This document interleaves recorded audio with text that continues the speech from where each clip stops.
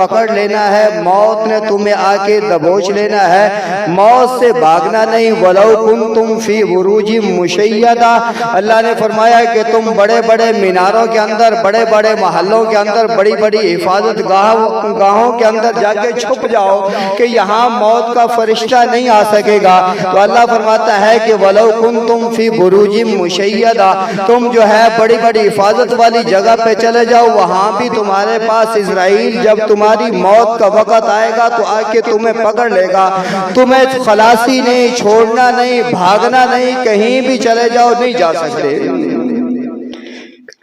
کہیں بندہ بھاگ سکتا ہے موت سے؟ نہیں بھاگ سکتا، کہاں بھاگ کے جائے گا؟ سلیمان علیہ السلام کا واقعہ تو سب نے سنا ہوگا نا، کہ وہ ایک بندہ سامنے بیٹھا ہوا تھا اور ادھر جو ہے فرشتہ آیا اور انسانی شکل میں تھا، تو انہوں نے کیا کہا، وہ بندہ کہنے لگا کہ اے اللہ کے نبی، مجھے اس سے بڑا ڈر آ رہا ہے، بڑا خوف لگ رہا ہے، مجھے یہاں سے کہیں دور بھیج دیجئے۔ تو ہوا کو حکم دیا کہ اس کو اٹھا کے کہیں دور دراز جگہ پہ جا کے ڈال دے، تو اس نے ہوا نے اٹھایا، دور دراز جگہ پہ جا کے پھینک دیا۔ جب ہی وہاں پہ جا کے اس نے ہوا نے اس کو پھینکا، اوپر سے اسرائیل پہنچ گیا کہ اسرائیل نے کہا کہ مجھے دیکھ کے ڈر رہا تھا نا، تو میں یہاں سے یہ سوچ رہا ایک فرشتہ تمہارے ساتھ لگا کے رکھا ہوا ہے جو تمہارے اعمال کو ہر وقت دیکھتا رہتا ہے کہ یہ اعمال کون سے عمل کرتا ہے۔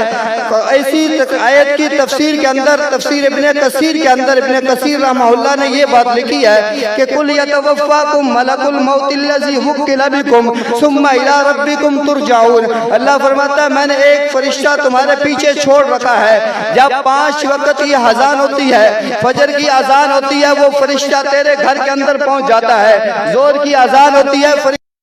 ضرورت ہے۔ اللہ رب العزت آپ کی ذات تو خود دیکھ رہی ہے۔ اللہ فرماتا ہے ہاں میں دیکھنے والا ہوں، میں سننے والا ہوں، میں سمیع بھی ہوں، میں بصیر بھی ہوں، میں خبیر بھی ہوں، مجھے ہر چیز کی خبر ہے، ہر چیز کو دیکھ رہا ہوں، مجھے ہر ایک کے عمل کی خبر ہے۔ اللہ فرماتا ہے لیکن میں تیری اس کی روح قبض کرنے کے لیے خود نہیں جاتا، میں روح کو قبض کرنے کے لیے فرشتے کو بھیجتا ہوں۔ جس فرشتے نے روح قبض کرنی ہے اس کو اللہ 5 وقت انسان کے گھر میں بھیجتا ہے، جا جا کے دیکھ یہ میری بات مانتا ہے یا نہیں مانتا، میری دعوت کو قبول کرتا ہے یا نہیں کرتا، یہ 5 وقت کا اعلان سن کے مسجد میں جاتا ہے یا نہیں جاتا، نماز پڑھتا ہے یا نہیں پڑھتا۔ فرشتہ مشاہدہ کرتا رہتا ہے، اس کی زندگی کے اعمال کو دیکھتا رہتا ہے، اس کی زندگی کو اپنے سامنے رکھتا ہے۔ جب موت کا وقت آتا ہے وہی فرشتہ اس کی روح قبض کرنے کے لیے آتا ہے۔ اب فرشتہ کہتا ہے کہ دیکھ اللہ نے تجھے 5 وقت بلایا تھا،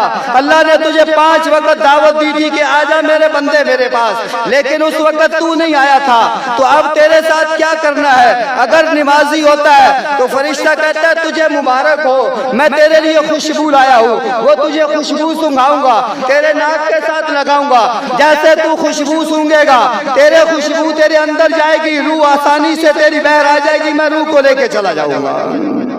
اور اگر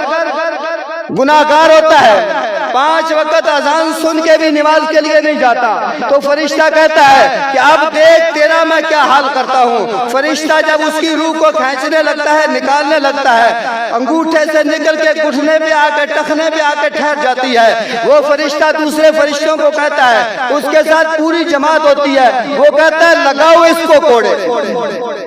لگاؤ اس کو کوڑے۔ یہ کیوں نہیں جاتا تھا اللہ کی دعوت کو قبول کرنے کے لیے؟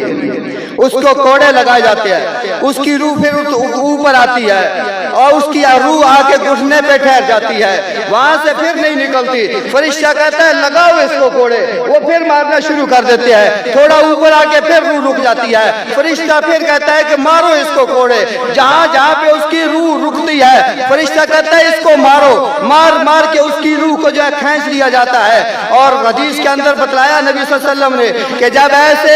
بندے کی گناہگار بندے کی روح نکالی جاتی ہے تو اس کی روح کیسے نکلتی ہے؟ جیسے ایک کانٹوں والی جو ہے نا ٹہنی ہو، شاخ ہو، اس کو رکھ دیا جائے، اس کے اوپر نرم کپڑا ڈال دیا جائے اور نرم کپڑے سے اس کو جو ہے کھینچا جائے تو کپڑے کا کیا حال ہوتا ہے؟ سارا کپڑا پھٹ جاتا ہے یا نہیں پھٹ جاتا؟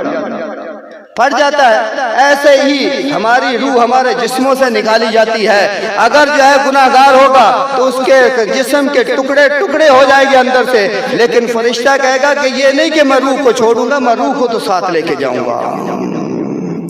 روح کو ساتھ لے کے جاؤں گا۔ تو اللہ قرآن میں اعلان کرتا ہے قُلْ يَتَوَفَّاكُمْ مَلَكُ الْمَوْتِ الَّذِي وُكِّلَ بِكُمْ ثُمَّ إِلَىٰ رَبِّكُمْ تُرْجَعُونَ۔ اے میرے بندو، میں نے فرشتہ تمہارے پیچھے لگا رکھا ہے، غافل نہ ہو جاؤ، یہ فرشتہ ہر وقت تیرے ساتھ ہے، یہ دیکھ رہا ہے کہ تو کیا کر رہا ہے۔ اعمال لکھنے والے فرشتے وہ اور ہے، لیکن یہ تیری نگرانی کرنے کے لیے اللہ نے جو جاسوس کے طور پر تیرے ساتھ لگا دیا ہے کہ اس کے اعمال کو دیکھتا رہے۔ پھر جب روح نکالنے کے لیے جائے گا، نیک ہوگا تو آسانی سے نکال لینا، برا ہوگا تو اس کو عذاب دے دے کے اس کی روح کو نکالنا۔ تو اللہ تو ہر وقت بلاتا ہے، اللہ تو ہمیں ہر وقت بتا رہا ہے، لیکن ہمیں پتہ کوئی نہیں ہے،